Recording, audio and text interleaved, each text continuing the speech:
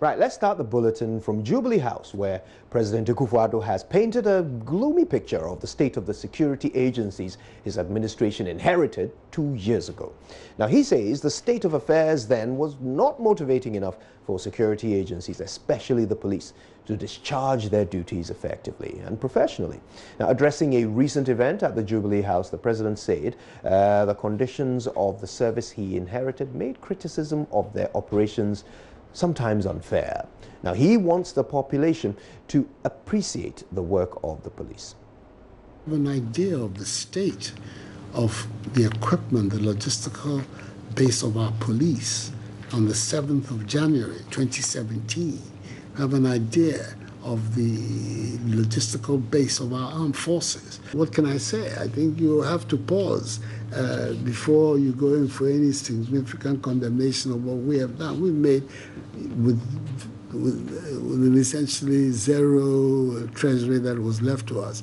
Have had to use our brains and contacts and all kinds of things, even to do the limited empowerment that you've heard about, that you read about, police being given vehicles, all of these things that have been done in these 2 years. Because to me, it's absolutely critical that people who are prepared to give their life for the defense of the society, whether as policemen or as soldiers, it's our duty to make sure that they have all the equipment, all the logistical capacity that they require to be able to carry out their duties. They're doing so that we can go to bed at night and feel secure. And such people should be given the maximum encouragement in terms of their morale and their capacity to work. So I'm all for it. But unfortunately, we don't have all the money that we need in Ghana. So that there are, you have situations where police stations in many parts of the country still do not have vehicles. They don't have vehicles to work with. And how are you going to deal with crime if things are happening in your jurisdiction and you can't get at it? Now, the former Deputy Housing Minister, Sampson Asamoah, has refuted claims that the Mahama-led administration shortchanged Ghanaians by over 3,000 housing units in relation to the Saglemi housing project. Government has alleged that Parliament approved $200 million for the construction of 5,000 housing units, but the administration, without parliamentary approval, reviewed the number of housing units from 5,000 to 1,200. While maintaining the project cost at $200 million. Now, in an exclusive interview with JoyNews, Mr. Asamoah denied that the then government scaled down the number of housing units. And my brother, those who are arguing that we should use the $200 million, and when they go to site, they want to count 5,000 housing units. You know that even when you borrow $200 million, by the time it gets to Ghana, it's not $200 million. The processing fee, the bank charges will even reduce it. So people should please, let's be frank with ourselves and stop this, argument that somebody suspect that somebody, no. If you go for 200, listen, if you go for $200 million, by the time it gets to Ghana, it's not even 200 million. So people who are just dividing it 5,000 by 200, they are misleading the public. So apart from the bank charges and the processing fees that you deduct from it, if you're saying that we should use it to build 5,000, how are you going to pay the consultants? Because the rationale behind that project was that the $200 million was the initial money to be revolved to build 5,000 housing units. That's why I said we phased the project. So do the first phase, sell the 1,500 and two units. Let them pay the money into the escrow account. When you are done, reinvest it into the second phase. Then you will be getting about 3,005 units. Sell the second phase units, then reinvest it until you will get. That's why in the escrow management they said use proceed from the first phase to build up to 5,000 houses. But if the people have not done, they've not. Listen. It has been done. Who told you that it has not been laid? Yes, it has been done already. And the minister heard him saying that when he went there, the drainage has not been done. Maybe he was expecting to see open drainage, open gutters. We didn't do that. We did cover underground drainage systems. So we need to fault the NPP guy. Of course. Because more than 1,000 units have been completed before we left office.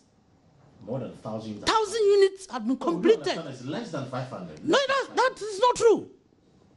Let the minister speak to the report by the consultant in February 2018. Now, police in Accra have arrested a soldier and a police officer said to have been involved in 2 robberies. Now, the 2 were picked up in addition to 1 other suspect.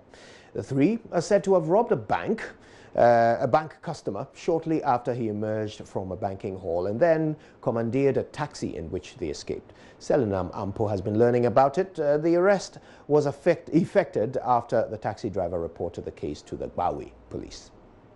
It was a terrifying ordeal for this 29-year-old taxi driver who claimed he was forced at gunpoint to surrender his belongings to 3 armed robbers. Little did he know that 2 of the armed robbers were from the state security agencies, one a soldier and the other a police officer. Narrating the incident, the taxi driver, who will remain anonymous because of security reasons, said he picked 3 passengers one afternoon. The person came out from GT Bank. The person was with a brown envelope, not knowing there is money inside 2,500. So that's what they took from the person. And then they also threatened me. When they got to where they wanted to run away, they took my money and my stuff on me.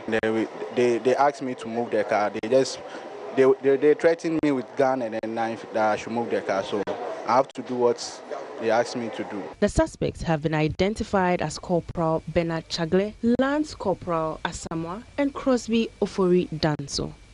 The taxi driver said he reported the case to the police, leading to the arrest of the gang. When they dropped from my car, I called the police helpline 18555. So when I called, a lady picked and told me that as soon as they dropped, they cannot trace them anymore. So I should report the case to the nearest police station. So I went to Bawi and then I reported the case to the police over there. The police said I shouldn't worry.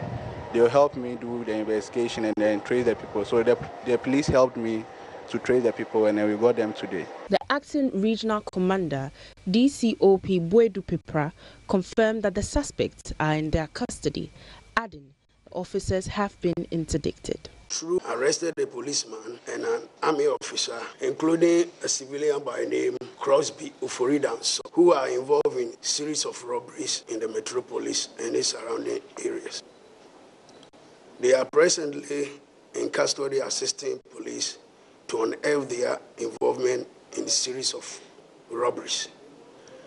Meanwhile, preliminary investigation indicates that both the policeman and the soldier are in court for similar charge and that they are not in active service and for now facing quasi-judicial inquiry in their various institutions. The police say they are still investigating other criminal cases the suspects may have been involved in.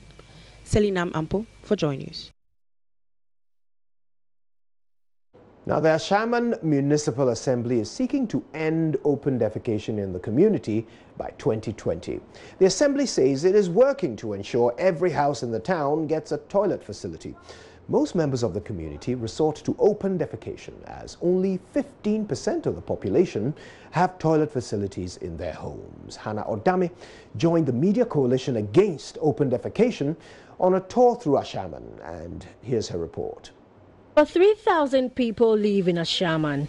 That is considered a dense population compared to the land size on which the community is situated on. Access to basic amenities is a challenge, and one of such is toilet facilities. Residents told me they do not build toilet facilities because they have no space for that. I haven't built a toilet facility in my home.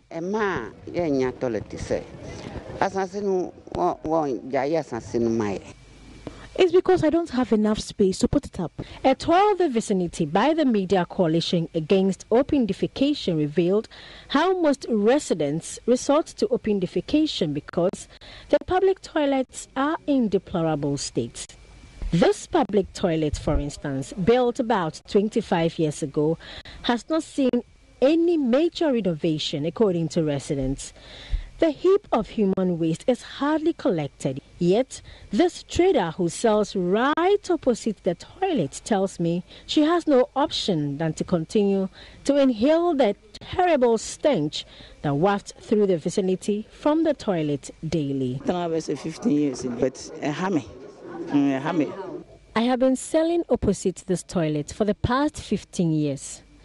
And I must tell you, the stench is not good for me at all. But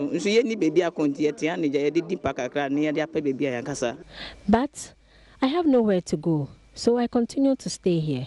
I will plead that they keep this toilet clean.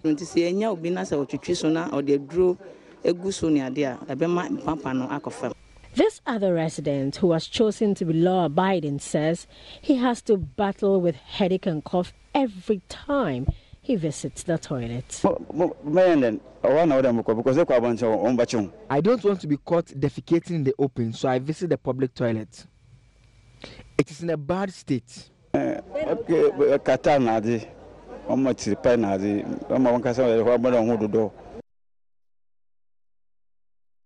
Despite all these challenges, the Municipal Assembly is optimistic that every household will be assisted to get a toilet facility by 2020. We also have as our wish that ultimately two communities, I'm sure those areas you have visited, Newtown and Tulaku, will eventually be declared open defecation-free communities 2020. To achieve this, every household is being urged to pay a little over 1,000 cedis to get a toilet facility like this. The Assembly will pay the remaining 3,000 cedis. So the question is, will it be possible for the 300,000 residents in Ashaman to have toilets in their homes in the next 9 months? From Ashaman, my name is Hannah Odami for JoyNews. Now, as we end the news, let's take you to the Upper East region, where commercial bus operators have been given up to the end of the month to provide emergency exits on their vehicles. Those who fail to comply with this directive will be stopped from operating and also be made to face prosecution. The directive is in line with the legislative instrument 2180 of the Road Traffic Regulations 2012, and it's aimed at reducing carnage on the roads. Upper East Regional Correspondent Albert Sore has this report. The directive was announced at a road safety stakeholders meeting in Bolgatanga. In attendance were drivers, commercial bus owners, officials of the Motor Traffic and Transport Department of the Ghana Police Service, as well as officials of the Driver and Vehicle Licensing Authority, DVLA. Upper East Regional Manager of the DVLA, Muntawakil Abdullahi, said, many lives have been lost due to the fact that anytime accidents occur, some passengers get trapped in commercial buses with emergency exits that are not easily accessible. According to him, even though these buses are imported into the country, the owners can easily have the buses worked on to make them safer for passengers. He added that drivers of such buses have until the end of May this year to provide extra passenger doors and emergency exits. By the end of May 2019, if you want to operate a passenger vehicle, which is a bus, and you want to load or do business in the Upper East region, the Road Safety Committee, made up of the DVLA, the Motor Traffic and Transport Department of the Ghana Police Service, the National Road Safety Commission, and our other allies. We are saying that transport operators, VVIP, VIP, individuals, when they bring a bus to your terminal to load, and you check they do not have two doors, one at the front, whether left or right, one at the rear, your bus will not be loaded with passengers. And of course, on the glasses, the top quarter glasses, part of it should be able to break. In case all the doors is, we should be able to break on top and ask people to leave there. We should be able to save life.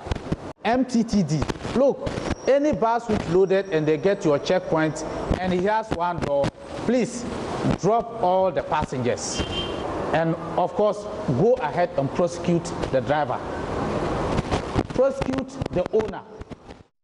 Mr. Abdullahi said other safety measures, including having fire extinguishers in the buses, must be observed, and drivers who fail to do this will not be cleared with roadworthy permits to operate their buses.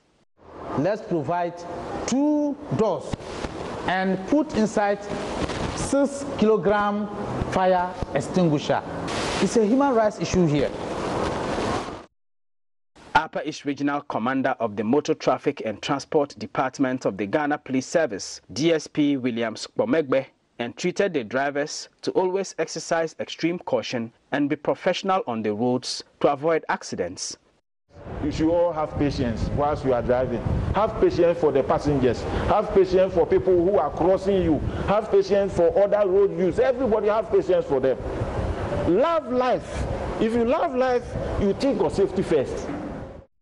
Speaking to Joy News, some of the drivers who attended the stakeholders meeting welcomed the new directive, saying it would go a long way to reduce the number of deaths often recorded anytime road accidents occur. This directive is actually not going to affect us at all because we are already aware of the LI that directs that all vehicles and buses should have, emergency doors. So to us, it's not going to affect us at all. The few that has no emergency exits, we are going to make sure that we create them and then we continue our business. For Joy News, Albert Sori, reporting from Bolgatanga. Fascinating development. We'll talk more about that in the coming days. But right now, let's say a big thank you for joining us for the news. There's more to come, traffic, and of course, all the headlines from the newspapers. And then we'll kick things off with some very big conversations this fantastic Friday morning. Stay with us.